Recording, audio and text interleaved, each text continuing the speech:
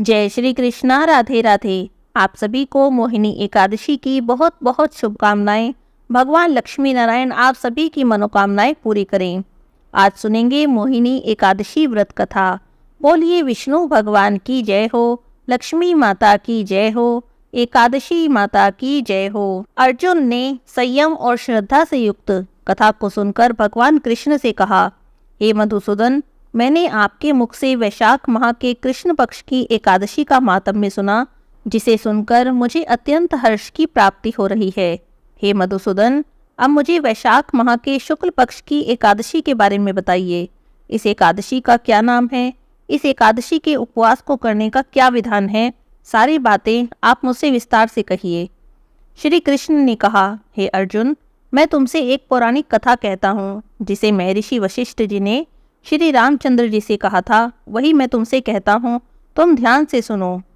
एक समय की बात है, श्री राम जी ने महर्षि वशिष्ठ जी से कहा, हे गुरुश्रेष्ठ, मैंने जनक नंदिनी सीता जी के वियोग में बहुत कष्ट भोगे हैं।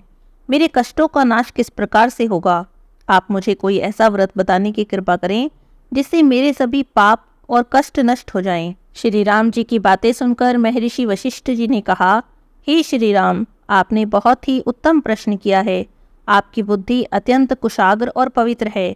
आपके नाम के स्मरण मात्र से मनुष्य पवित्र हो जाते हैं। आपने लोकहित में यह बड़ा ही उत्तम प्रश्न किया है। मैं आपको एक एकादशी के व्रत का महात्म्य सुनाता हूँ। वैशाख माह के शुक्ल पक्ष की एकादशी का नाम मोहिनी एकादशी है। इस एकादशी का उपवास करने से मनुष्य के सभी पाप और कलेश नष्ट हो जाते हैं। मोहिनी एकादशी के व्रत के प्रभाव से मनुष्य मोह के जाल से मुक्त हो जाता है। अतः हे राम, दुखी मनुष्यों को इस एकादशी का व्रत अवश्य ही करना चाहिए। इस व्रत के करने से मनुष्य के सभी पाप और ताप नष्ट हो जाते हैं। अब आप इसकी कथा सुनिए। प्राचीन समय में सरस्वती नदी के किनारे भद्रावती नाम की एक नगरी बसी हुई थी। उस नगरी में धूतिमान नाम का राजा राज्य करता था। उसी नगरी में एक वैश्य भी रहता था, जो धन धान्य से पूर्ण था। उसका नाम था धनपाल। वह अत्यंत धर्मात्मा और नारायण भक्त था। उसने नगर में अनेक भोजनालय, प्याऊ, कुएं, तालाब, धर्मशाला आदि बनवाए। सड़कों के किनारे आम, जामुन, नीम आदि के वृक्ष लगवाए, जिससे पथिकों को सुख मिल सके। उस वैश्य के 5 पुत्र थे, जिनमें से सबसे बड़ा पुत्र अत्यंत पापी और दुष्ट था। वह वैश्याओं और दुष्टों की संगति करता। इससे जो समय बचता वह उसे जुआ खेलने में व्यतीत कर देता। वह बड़ा ही अधम था। देवता और पितृ उसने किसी को भी कभी तृप्त नहीं किया। अपने पिता का अधिकांश धन वह बुरे व्यसनों में उड़ाया करता था। मद्यपान और मांस का भक्षण करना उसका नित्य कर्म था। जब काफ़ी समझाने बुझाने पर भी वह सीधे रास्ते पर नहीं आया, तो दुखी होकर उसके पिता और भाइयों ने उसे घर से निकाल दिया और उसकी निंदा करने लगे। घर से निकलने के बाद वह अपने आभूषणों और वस्त्रों को बेच बेच कर अपना गुजारा करने लगा। धन के नष्ट हो जाने पर वैश्याओं और उसके दुष्ट साथियों ने उसका साथ छोड़ दिया। अब तो वह भूख प्यास से व्यथित होकर चारों ओर भटकने लगा। तब उसने चोरी करने का निश्चय किया। रात में चोरी करता और अपना पेट पालता। लेकिन एक दिन वह पकड़ा गया, किंतु सिपाहियों ने वैश्य का पुत्र जानकर उसे छोड़ दिया।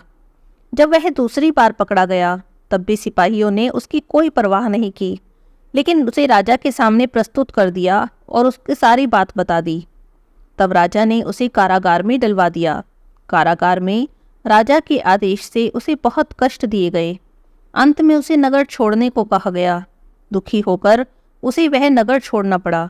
अब वह जंगल में पशु पक्षियों को मार मार कर अपना पेट भरने लगा। पहेलिया बन गया और धनुष बाण से जंगल के जीवों को मार मार कर खाने लगा और बेचने लगा। एक दिन की बात है, वह भूख प्यास से व्याकुल होकर भोजन की खोज में निकला और कौटिन्य मुनि के आश्रम में जा पहुंचा। तब वैशाख का महीना था। कौटिन्य मुनि गंगा नदी में स्नान करके आए थे। उनके भीगे वस्त्रों के छींटे इस पर पड़ गए। तब इसे कुछ सद्बुद्धि प्राप्त हुई। वह अधम ऋषि के पास जाकर हाथ जोड़कर कहने लगा, हे महात्मन, मैंने अपने जीवन में अनेकों पाप किए हैं। कृपा करके आप उन पापों से छूटने का कोई साधारण और बिना धन का उपाय बताइए। तब ऋषि ने कहा, तो ध्यान देकर सुन। वैशाख महीने के शुक्ल पक्ष की एकादशी का व्रत कर। इस एकादशी का नाम मोहिनी एकादशी है। इसका उपवास करने से तेरे सभी पाप नष्ट हो जाएंगे।